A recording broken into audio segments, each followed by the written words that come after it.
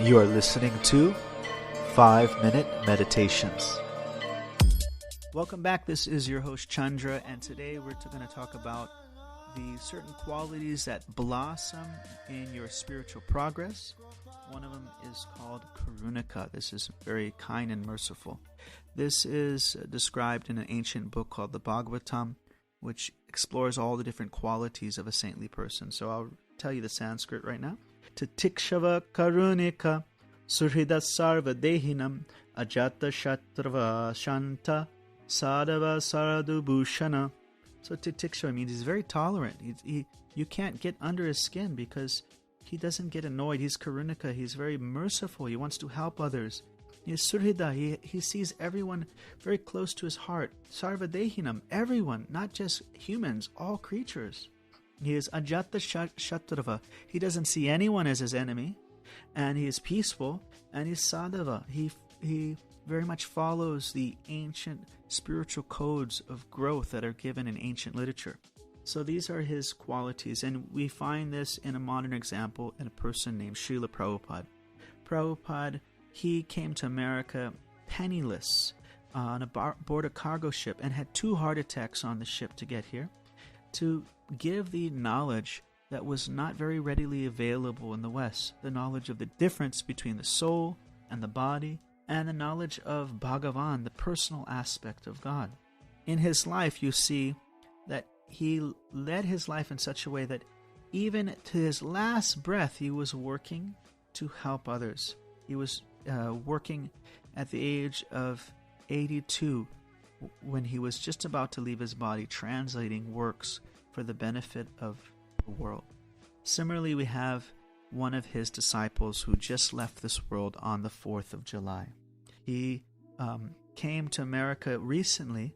He always travels the world and teaches, but he came with that same compassion in his heart. And during his trip, he contracted the coronavirus, and he passed away 2 weeks later.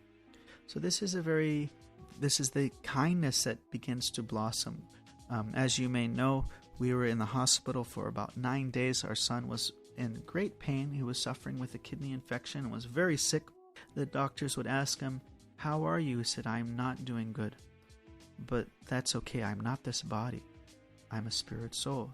Do you know that you're not this body?" And the doctors were always very surprised because he was saying this to every single doctor that he met, maybe 30 or 40 different doctors. He would talk about the soul or Krishna or some other thing. And he was very popular in the hospital. This is the kind of feeling that the soul gets when he is able to impart help to others. It's just like when any of you ever had the experience of dancing in a kirtan. When you dance in a kirtan, you might at first you might have your knee might be sore or something, but there's such bliss that it could be 110 degrees in the room, but you forget about it because there's such happiness that you get from it. So similarly, when the saintly persons help others, they feel so much happiness that it doesn't matter. They just dance on. So one other verse I'd like to share with you is there's a story of a saintly person giving blessings to 4 individuals. He meets a prince, some rich prince that was a little bit materialistic. He meets a young student of a spiritual guru. He meets a butcher, and he meets another saintly person.